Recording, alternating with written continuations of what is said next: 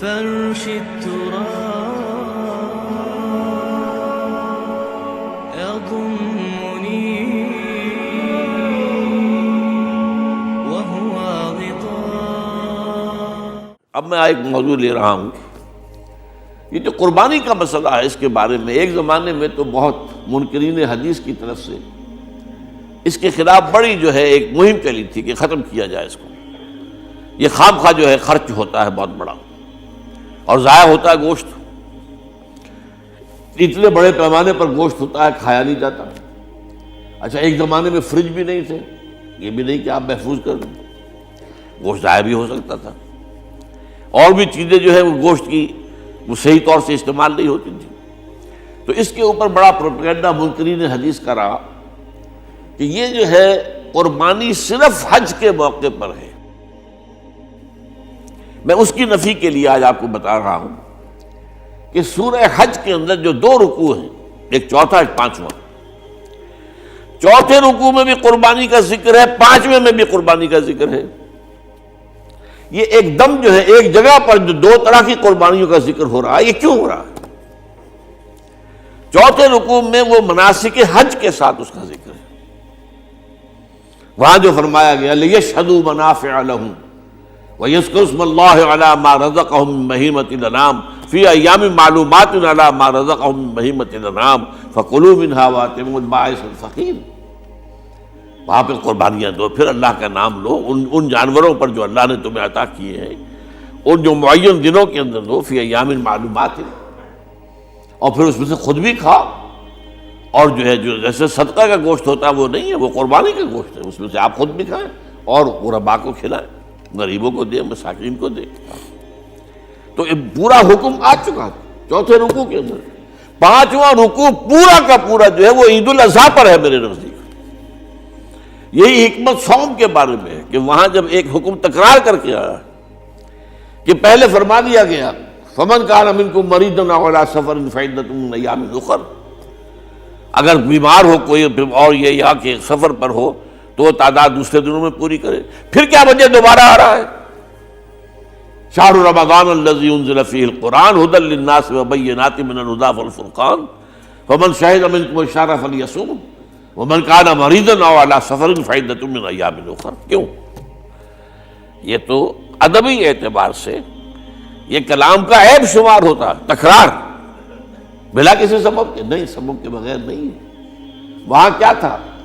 وہاں ان دو رعایتوں کے ساتھ تیسری بھی شامل تھی کہ اگر صحیح ہو اور مقیم ہو پھر بھی روزہ نہ رکھو تو ایک مسکین کو کھانا کھلا دو۔ یہ رعایت ختم ہوئی ہے رمضان کے روزے کے ساتھ، اب رکھنا پڑے گا روزہ، اور اگر بیمار ہو یا سفر پر ہو تو ٹھیک ہے، دوسرے دنوں میں پورا کرو، پورا کرنا لازم ہے اس کا۔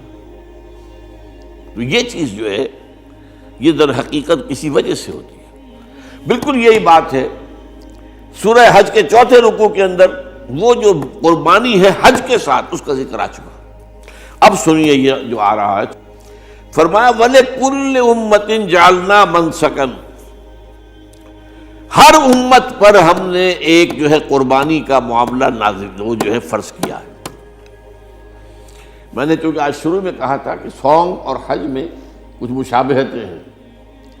دیکھیے صوم کا حکم بھی آیا تھا تو کس طور سے آیا تھا؟ یا ایھا الذین آمنوا کتب علیکم الصیام کما کتب علی الذین من قبلکم لعلکم تتقون، اہل ایمان تم پر روزہ رکھنا فرض کیا گیا جیسے کہ فرض کیا گیا تھا ان پر جو تم سے پہلے تھے۔ یہاں پر اسی حوالے سے بات ہو رہی ہے کہ اے مسلمانوں، یہ قربانی صرف تم پر فرض نہیں کی جا رہی، یہ تو ہر امت پر، ہر نبی ہر رسول کی امت۔ وَلِكُلِّ أُمَّةٍ جَعَلْنَا مَنْسَكًا لِيَذْكُرُوا اسْمَ اللَّهِ عَلَيْهَا، تاکہ وہ نام لیں اللہ کا، عَلَىٰ مَا رَزَقَهُم مِّن بَهِیمَةِ الْأَنْعَامِ، جو کچھ اللہ تعالیٰ نے انہیں رزق دیا ہے۔ یہ چوپائے جو ہیں حیوانات قسم کے، ان پر اللہ کا نام لے کر چھری پھیری جائے، اللہ کے نام سے ان کو ذبح کیا جائے۔ فَإِلَٰهُكُمْ إِلَٰهٌ وَاحِدٌ فَلَهُ أَسْلِمُوا، تو یہ جان لو کہ اس قربانی کی اصل روح کیا ہے؟ وہ یہ ہے کہ اللہ تمہارا ایک الہ ہے، اسی کے سامنے تمہیں سر جھکانا ہے۔ یہ روح تقویٰ اگر نہیں ہوگی تو یہ قربانی بے معنی ہو جائے گی۔ نماز و روزہ و قربانی و حج یہ سب باقی ہیں، تو باقی نہیں ہے۔ جب اللہ تعالیٰ کے ساتھ تعلق نہیں ہے تو یہ ساری چیزیں ریچولز بن جائیں گی۔ اب یہ بھی ہوتا ہے 20-25 ہزار کے بکرے جو ہیں وہ لوگ لیتے ہیں، پھر ان کو گھماتے ہیں، پھراتے ہیں، ان کے اوپر ریشمی چادریں چڑھاتے ہیں، جو ہے وہ مہندی لگا کر، بہرحال وہ چیزیں جو ہیں یہ اظہار اس طرح کا یہ تو پسندیدہ نہیں ہے۔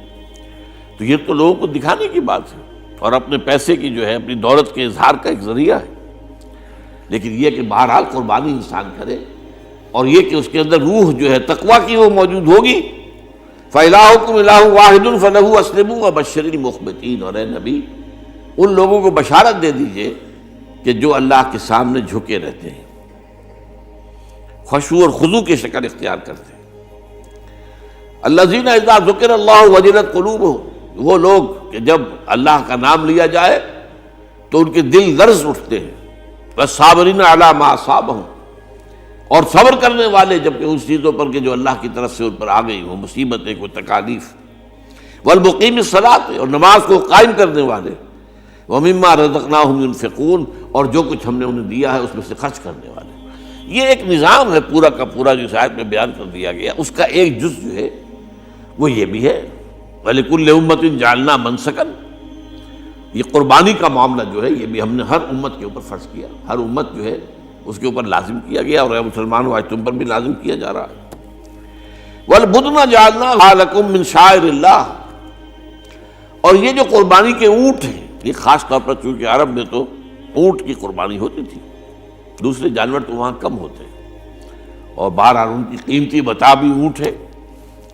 وَالْبُدْنَ جَعَلْنَاهَا لَكُم مِّن شَعَائِرِ اللَّهِ، یہ اللہ تعالیٰ کے شعائر میں سے یہ اونٹ جو ہے یہ قربانی کا اونٹ ہے، یہ مکے لے جایا جا رہا ہے، یا یہ بکرے اور یہ مینڈے جو ہیں یہ قربانی کے ہیں، یہ وہاں جا رہے ہیں، تو یہ بھی گویا کہ ایک طرح سے اللہ کی نشانیاں بن جاتی ہیں۔ ان کے حوالے سے اللہ تعالیٰ کا ایک تصور اور اللہ تعالیٰ کے ساتھ ایک ذہنی رشتہ قائم ہوتا ہے۔